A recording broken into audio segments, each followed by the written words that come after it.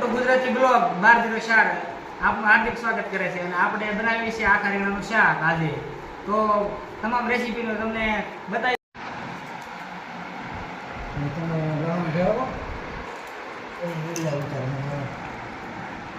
પછી ટમાટા ને એવું બધું યાદ કરતું જવાનું, નાખ જવાનું, પછી બનાવવાનું.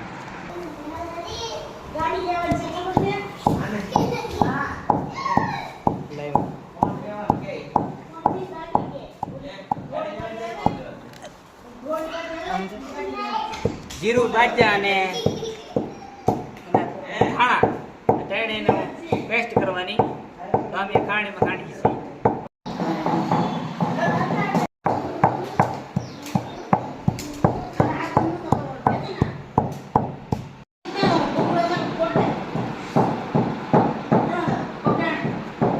આદુ, લસણ,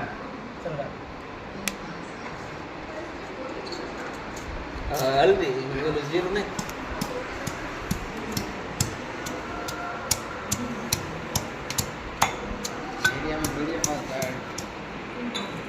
લાલ મરચું,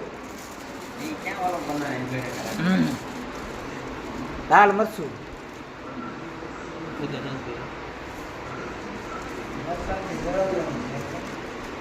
એવું ન હોય.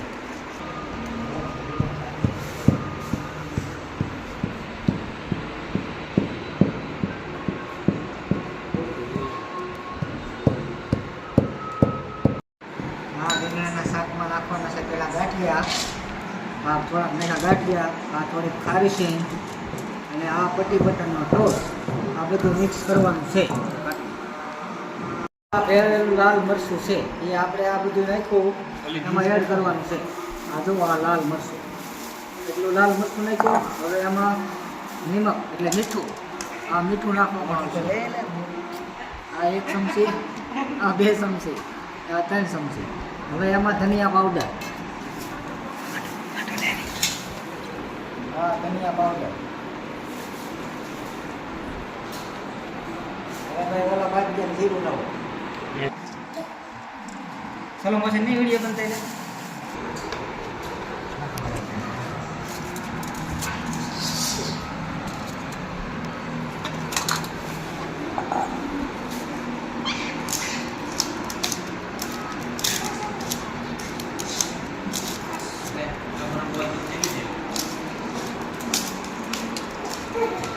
મસાલો તૈયાર થઈ ગયો છે. આ રીંગણા મળ્યા છે, એમાં મસાલો બધો ભરવાનો છે. જો આમ આખા રીંગણાનું શાક છે.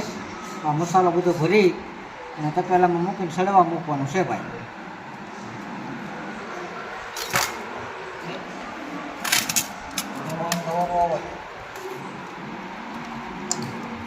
આ મસાલો બધો તૈયાર કરીને ભરવાનો છે.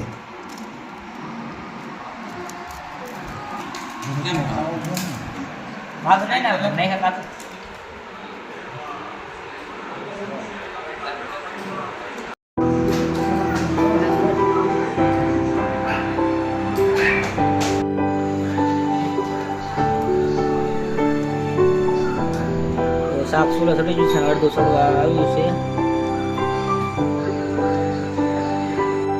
એમાં નાખી દીધી છે અને હવે આપણે આમાં નાખવામાં આવશે બટરનો ટોસ્ટ.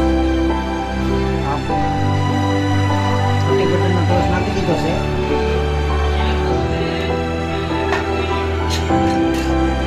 અને આપણું શાક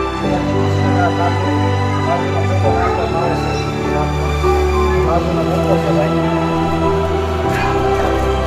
અને આ છે જીરું ગાંઠિયા અને જીરું ગાંઠિયા છે તૈયાર કરવામાં આવે છે.